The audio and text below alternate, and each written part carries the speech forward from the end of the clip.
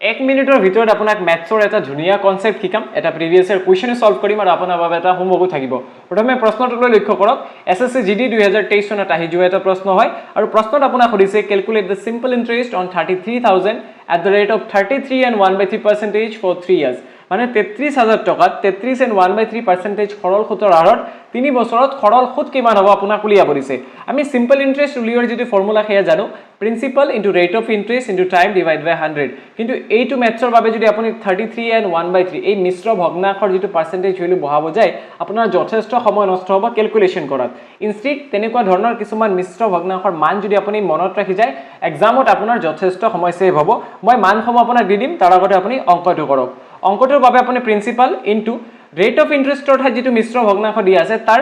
ভগ্নাংশ ৰূপটো দি দিয়ক আৰু আপুনি মনত ৰাখিব 33 and 1/3% যেটো ভগ্নাংশ ভ্যালু হয় হে 1/3 হয় আৰু ইনটু টাইমৰ ঠাইত ইনটু 3 কৰি দিয়ক 3 ক্যান্সেল হৈ যাব আৰু আপোনাৰ এনসাৰ যেটো ওলাব সেইটো এনসাৰ হ'ব 33000 যদি আপুনি এই মিশ্ৰ ভগ্নাংশৰ নৰমাল ভগ্নাংশ ভ্যালুটো নাজানে তেনেহলে কিন্তু আপোনাৰ যথেষ্ট সময় নষ্ট হ'ব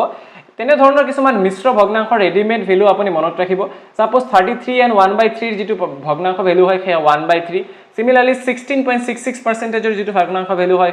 1/6 ইয়াক মিশ্ৰ ভগ্নাংশত লিখিলে 16 and 2/3% হয় ইয়াত কিছুমান মিশ্ৰ ভগ্নাংশৰ মান অলৰেডি মই দি দিছো আপুনি মনত ৰাখিব এটো হোমৱৰ্ক ইয়াত আৰু কিছুমান ভ্যালু আছে আপুনি মনত ৰাখিব পাৰে স্ক্ৰিনশ্বট মাৰি ৰাখিব আৰু এটো হোমৱৰ্কৰ প্ৰশ্ন কৰি আপুনি কমেন্টত নিশ্চয় এনসাৰটো জনাব থ্যাংক ইউ ফৰ ওয়াচিং টিল দ্য এন্ড